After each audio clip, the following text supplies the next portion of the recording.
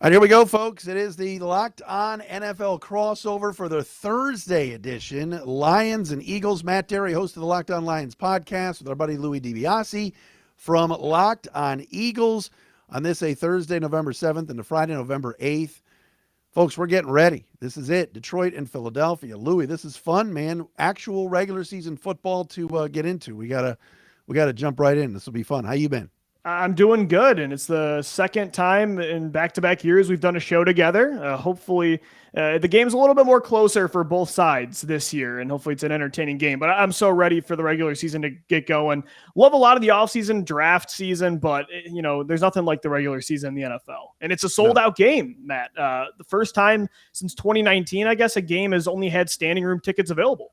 How about that? At Ford Field. No question about it. Today's episode brought to you by PrizePicks. PrizePicks is daily fantasy made easy. Pick 2 to 5 players, and if they score more or less than their PrizePicks projection, you can win up to 10 times your money on your entry. First-time users can receive a 100% instant deposit match up to $100 with promo code LOCKEDON. That's prizepicks.com, promo code LOCKEDON. All right, Matt and Louie with you. Thursday crossover, Lions and Eagles. Biggest story for each team. Let's start there, Louie. Eagles coming on the road to Detroit last year, like you said, 44-6. It could have been even worse. I mean, Philly just dominated Detroit. But what's the biggest story for the Eagles coming into this game on Sunday? I think it has a lot to do with that last matchup. For the Eagles, it's about their new look offense compared to who they were the last time they saw the Detroit Lions. So the last time these two teams played, the Eagles completely changed their philosophy. They were a very pass-heavy attack the first 7 weeks of the season, but it was not working. Jalen Hurts could not carry that kind of load, and they just did not have the weapons to be that kind of offense that they've always wanted to be. They started the season 2-5. So what did they do when they got to Detroit? They said, we are going to be the most run-heavy team in football, and it did turn the season around. Starting with that game, they went 7-2 the rest of the way to make the playoffs. But now, Matt, they want to get back to being that team they were right before that Lions game. So the Lions are going to see a very different looking Eagles team because Philadelphia wanted to be who they started the season off as. And now you got A.J. Brown in-house, Devontae Smith in year 2. Dallas Goedert's one of the best tight ends in football. The offensive line's still one of the top units in the NFL. And they're hoping Jalen Hurts has taken the necessary steps this year to be who they want to be. So I think that's really the key, is to see if they're ready to take that step. And it's just kind of ironic it's against the Lions, which was the opposite philosophy change last year against that team. It's interesting. I want to follow up. They ran the ball on Detroit, obviously. Even Boston Scott was doing his thing. But everybody in Detroit is saying, well, the Eagles are going to want to come in this weekend and do exactly what they did last year. How is that what Philly's saying? Are they? Because pretty much it's the same offense, like you said, with the same name. So is that kind of the game plan, you think? Yeah, I think it's going to be a balanced attack for sure, because this team last year, not only were they the most run-heavy team in the second half of the season, but they were the most efficient as well. They ran that much because they were great at it. They won 7 of their last 9 because of it. And last year against the Lions, they didn't have Miles Sanders, who was a full participant today in practice, so they're expecting he's going to be back for this game. So they did have success in that way against the Lions last year. They're going to want to use the run game, but I think it's going to be a more balanced approach. Last season, it was just the tale of two halves. They passed too much the first half of the year, and I think they ran too much the second half. So I think the Lions will see a more balanced attack. Well, biggest story, I guess, for the Lions going into this game is the hype that's surrounding this football team. And the fact of the matter is that Dan Campbell, in all of his honesty, Louis, has said, we got embarrassed last year. And here it's interesting. You mentioned before about the sellout and standing room only, and certainly COVID had a hand in that, and a rebuild. But people are so excited. And Detroit has been so bad for so long, and the Lions have one playoff win in 60-plus years and all of this stuff. The Eagles, of course, just won a Super Bowl pretty recently. But everybody's just so excited and so happy and so thrilled with this team and behind this team, and they're buying Aiden Hutchinson 97 jerseys because they love that the Michigan kid is home, Malcolm Rodriguez, all this hype. And yet here comes a team that they do not match up against well at all. Clubbed them a year ago. And it's almost like, I don't think the Lions are going to win, and we'll talk about it later, but, how will they look? Preseason you couldn't really gauge much. But it's almost like, man, if they somehow the Lions were to win this football game Sunday against a team that they are an underdog against and got embarrassed against last year, oh my gosh, I mean, there might be a parade in this town. So, like, it's not even the storyline of, who's going to play where or the Right. wide receiving core or Jared Goff in year two and all this stuff. I mean, the biggest story is that the Lions are opening up at home, and it's just this town is buzzing. And for the folks in Philly, here are the Sixers in the playoffs seemingly every year. Every year, I know the Phillies are in the wild card chase. The Eagles have been good. Flyers, I know, have been not so good. But let's talk about this. I mean, Detroit has been the doldrums for a long time. Yeah. The Pistons are rebuilding. The Red Wings are rebuilding. The Tigers are a complete and utter embarrassment. So, like, people are actually hitching their wagon professionally to the Detroit Lions. Crazy. And it's crazy. And that's a huge story. Is like, Mhm. I'm preparing for the worst, I guess, and hoping for the best because Philly's a really good team, and Yeah. that's what's going on here. It's pretty crazy. Well, Matt, I will say too, wrapping it up, I think that with the Lions, it's kind of a tough opponent to play. I prefer to play the weaker teams to start the season because everybody's rusty. You see all these shortened practices, and the Eagles at least weren't really tackling to the ground at all. There weren't many padded practices throughout the summer. But the Lions are a team that, effort's going to be there. Dan Campbell has that team bought in, and he has a lot of the national fan base bought in too because of Hard Knocks. There's a lot of Hard Knocks hype right now. So in that way, the Eagles can't afford to overlook the Lions. They do outmatch them, I think, in pretty much every spot on this roster. But when it comes to a team that's going to give you 4 quarters, I mean, what was Campbell's quote? Something about treading water for the entire game until they can get you. Yeah. That's a team that, yes, the Eagles personnel-wise are superior, but you can't overlook that kind of team, especially week 1 when you're trying to get your feet under you. No, and this could be a game where, and again, last year the Lions caught them. It was just bad timing. The Lions were a little bit banged up. It was Halloween, and Philly just ran the football right. And it was down do their or die throats. time for Philly. The They Lions had to will get that show win. up. Yeah. Oh yeah, the Lions will show up and play better. I don't think they're losing 44-6 again, but just based on matchups, like you said, and yes, the hype has been real. Dan Campbell and everything else. The team is better. This is a better Lions team. We'll just see how they show up coming up this weekend. All right, key matchups for each team. We're going to get into that coming up next. Matt Dery and Louie DiBiase on the Thursday crossover. We're brought to you by our friends at Turo, the world's largest car sharing marketplace. It's Turo, Turo. With Turo, you can book any car you want whenever you want it from a community of local hosts. Browse a huge selection of vehicles from just about any occasion or budget across the U.S., Canada, and even the U.K. Book a spacious SUV or minivan for a family road trip. Get a classic or luxury car for a special event, birthday, or even holiday. Find affordable economy cars if you're on a budget and you just need to get from A to B. Test drive that new electric vehicle you've had your eye on to see if it fits in your everyday life. Many Turo hosts can even deliver the car right to you, so you don't have to drive to some rental car place. Every trip is backed by liability insurance. Terms, conditions, and exclusions apply. Ditch boring rental cars and find your drive at Turo.com. Eagles and Lions fans, this is Crossover Thursday on the Locked On Podcast Network. I'm Louie DiBiase, host of the Locked On Eagles podcast. He's Matt Dery, host of Locked On Lions. We're getting you ready for a Sunday matchup between these two teams in Detroit, 1 p.m. kickoff.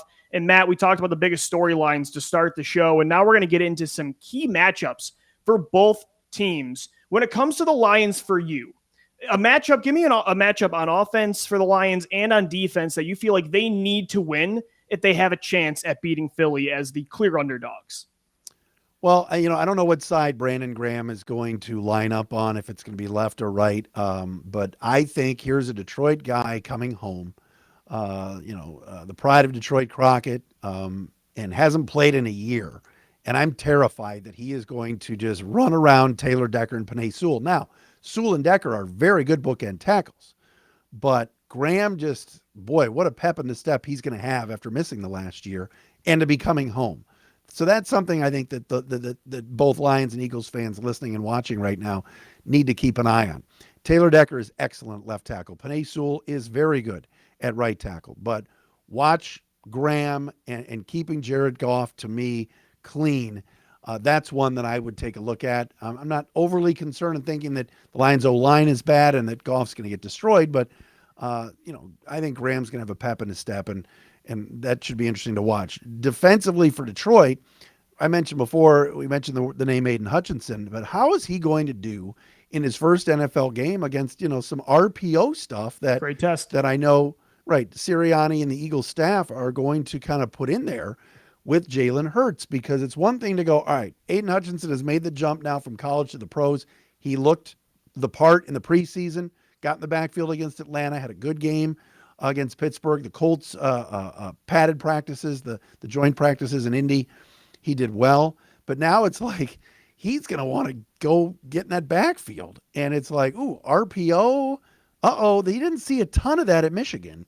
So I'll be interested in watching how Aiden Hutchinson handles all sorts of different looks from the Eagles offense. And that's something to definitely watch. How about with Philly? What do you see? Yeah, I think, and that's a great matchup you brought up, Aiden Hutchinson. It's going to be an amazing test for the rookie going up against, arguably, if he's on the right side, he's going to be going up against the best right tackle in football, and Lane Johnson. On the other side, Jordan Mailata, I think also a top 10 tackle, one of the best young tackles in football for sure. For me, though, you mentioned Brandon Graham going up against those tackles, Penei Sewell and also Taylor Decker, but I'm looking at the interior of the defensive line for the Eagles. Fletcher Cox coming back this year. I thought he ended the season strong. Javon Hargrave had a career year rushing the passer. They have rookie first-round pick Jordan Davis at defensive tackle from Georgia, and Milton Williams, who I really liked last year, a third-round pick that showed a lot of promise starting with that Lions game. He was actually named the player of the game on defense in that matchup. I think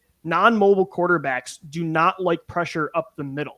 And if Fletcher Cox, Hargrave, Jordan Davis, and Milton Williams can get to Goff and flush him outside of the pocket and really get his feet muddy, that's when that kind of player does not really do well. And so I'm looking at just the middle of the field entirely, I think, Matt, I would say, for the Eagles defense, because wouldn't you say, too, with the Lions' top targets in this game, a lot of their work's going to be over the middle. Amon-Ra St. Brown, TJ Hawkinson. The Eagles gave up the most receptions and yards in the NFL last year to tight end. So I'm just watching the entire middle of the field. That's a great point about tight ends. Not something that I knew about Philly's defense, and certainly the run game everybody's talked about best in the league last year. But yeah, T.J. Hawkinson has had some really good Week 1 games, even his rookie year in Arizona when he blew up. That's something the Lions are definitely going to try to exploit. The Goff to Hawkinson thing's been going on since Jared got to Detroit and started working out in L.A. even before training camp last year, and the two of them have a pretty good connection. Yeah. Keeping Hawkinson healthy is going to be huge all season, but I think the Lions, you're going to see more usage of the wide receiver, because that wide receiver room is actually legit this year. Last year at that time, back in October of last year, Jared Goff was throwing to you and me, Louie, so it was not the greatest room. There's a little bit more depth there now, not just Amon-Ra St. Brown, but Chark, Reynolds, Cephas is healthy, and wait till they get Jamison Williams. That's going to be a lot of fun, probably in November. The Eagles get lucky that Williams will not be playing in this game. You saw I'm looking at Avonte Maddox, who was one of the better slot corners in the league last year for Philly, going up against St. Brown. Kazir White, their newly signed linebacker from the Chargers, had an amazing summer. He's coming off a career year. I'm sure he's going to be on Hawkinson a lot. And their newly traded for safety coming over from the New Orleans Saints, Chauncey Gardner-Johnson. Matt, I don't know how much he's going to play. He's only been on the team now for a week. He's trying to learn a very new and different defense from what he did with the Saints. He's going to be more of they're going to ask him to roam the field, but he's going to be playing more actual safety than he did in New Orleans, where he played slot corner pretty much 99% of the time over those first 3 years with the Saints. So yeah, the middle of the field overall is going to be key for the Eagles defense, and I think the Lions offense. And for the Eagles offense, I'm just looking at A.J. Brown, Devontae Smith, and Dallas Goedert. If they're going to throw the football more, those are going to be the three featured players. Matt, how do you think the Lions are going to try to defend those guys? Do they have the bodies to defend what I think is one of the best young trios in the league? Well, I'm concerned about the tight end. That's not been something that the Lions have done very well in recent years, covering the tight end. Deshaun Elliott is now over from the Ravens as a strong safety, can help out the linebackers. The glowing poster boy of Hard Knocks, Malcolm Rodrigo, number 44, is so undersized. I think Rodrigo is going to be great against the run and get in there and plug away, but against the pass, 5'10" with not great speed, having to cover Goddard down the field is a huge, huge concern for me.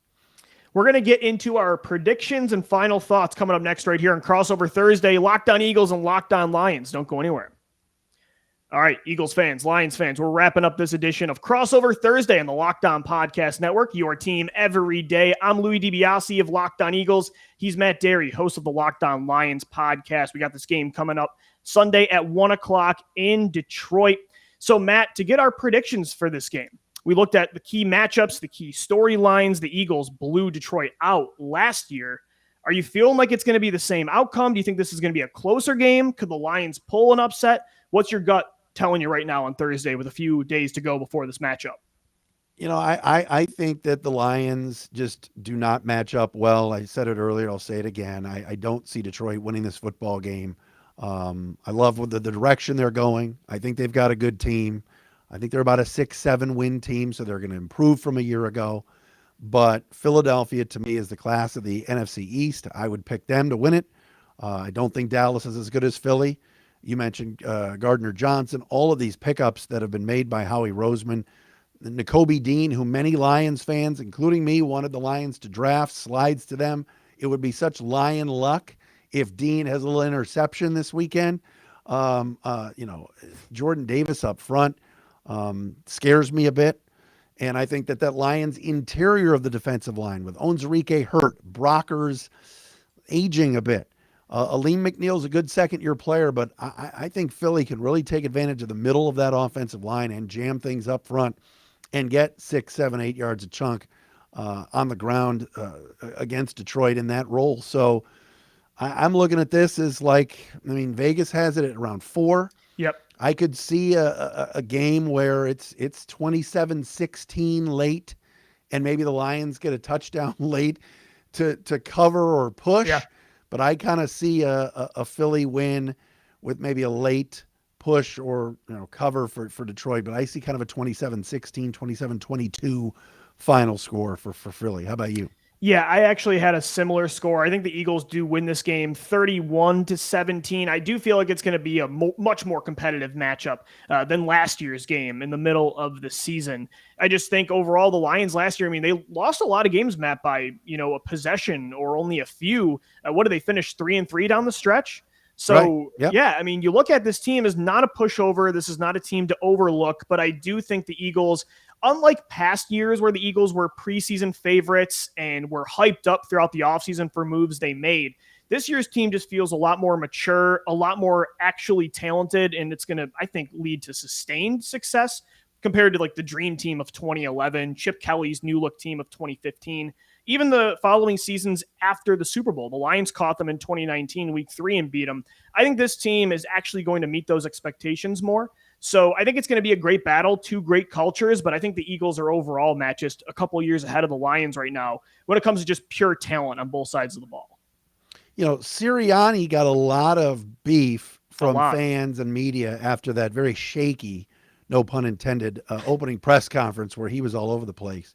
But it seems like he knows what he's doing. And yes. Are the fans there and the media there like, hey, we got something here? I think they're bought in. And he got really made fun of too, Matt, right before the Lions game. He did a flower analogy about watching the roots grow from under the ground. And everybody mocked him for that. But I think the team really resonated with that. Taking things day by day when you're 2-5 was so key. I think Sirianni, kind of like Doug Peterson, he got made fun of early on in 2016 when he started out because he wasn't good at talking to the media. The national media took that and ran with it. Fans that didn't like that hire when Doug was seen as maybe the worst head coaching pick of that offseason. And then Doug did the same thing. So it gives me a lot of those same vibes with Sirianni. I think he's a great developer of talent, and he's really good at maximizing the strength of his roster. That Lions game is the perfect example. He wanted to be a passing offense, but he ran it because that's what his team could do at the time. So I think both these teams have a great coaching staff, and you guys stole a great one, Deuce Staley, who wanted to be the Eagles head coach, but they chose Sirianni. That'll be interesting to see if Deuce has a little bit extra juice. He's got a chip on his shoulder for sure. Oh yeah, we've talked about this, a little bit already, but just to kind of recap, yeah. Philly's expectations are to win this division, right? Absolutely. And for the Lions, they're talking like we can get into the playoffs and be one of these last wild cards. This is not the SOL Lions, the same old Lions anymore. Yet realistically, I just don't know if they can do that yet, but I do expect them to double their win total. But in Philly, right? I mean, they got to win this division for the fan base, don't they? Yeah, I think so. I mean, the ceiling with this team still, I'm skeptical because I don't know if Jalen Hurts in the playoffs, like last year, he did not go toe to toe with Tom Brady. If he gets caught against Aaron Rodgers or the Super Bowl champions, the Los Angeles Rams, I don't know if he can really beat those teams deep into the playoffs. But I think the goal against the NFC East, you should win that division with this talent. And I would hope for at least one playoff win. So the floor is very high, Matt. And I think the ceiling, that's where the question mark comes in. One more quick thing. Lion fans know this, and Philly fans need to hear this. I know it was only preseason, but in week 1 of the preseason, the Lions had issues late in the game, whether it was backups or not, stopping running quarterbacks, whether it was Mariota or Ritter. Hurts is the real deal when it comes to tucking it and going. So that's another thing to kind of keep an eye on, Louie. And how much did he play? How much burn did he get in the preseason, and how much of that did you see? So Jalen actually only got one series. It was the first game against the Jets. He went 6 for 6, led the team down the field and scored a touchdown. Did not play for the rest of the preseason. So again, rust will be an interesting thing to watch and see if they come out sluggish, to start. But they did have those, open practices with the Cleveland Browns, with the Miami Dolphins as well. So he got a lot of game-like reps the following weeks for sure, too. So going to be a great game, Matt. Kickoff Sunday at 1 o'clock. Eagles fans, Lions fans, make sure you subscribe to the Locked On Eagles podcast and Locked On Lions. And we thank you so much for making both podcasts your first listen each and every day. Make sure your second listen is the Ultimate Pro Football Preview 2022. It's an 8-episode extravaganza to get you ready for the NFL season. The local team experts, including Matt and I of the Locked On Podcast Network, plus a betting angle from Lee Sterling of Locked On Bets, all combining into one Ultimate NFL Preview. Search for Ultimate Pro Football Preview 2022 on your Odyssey app, YouTube, or wherever you get your podcasts. Matt, can't wait to watch this game Sunday, and I'm sure we'll talk again soon. I feel like we do it every year or at least every other year. Louie, always a pleasure. And the Thursday crossover brought to you by our friends at PrizePicks. Thanks, everybody, for tuning in to Crossover Thursday, Locked On Eagles and Locked On Lions.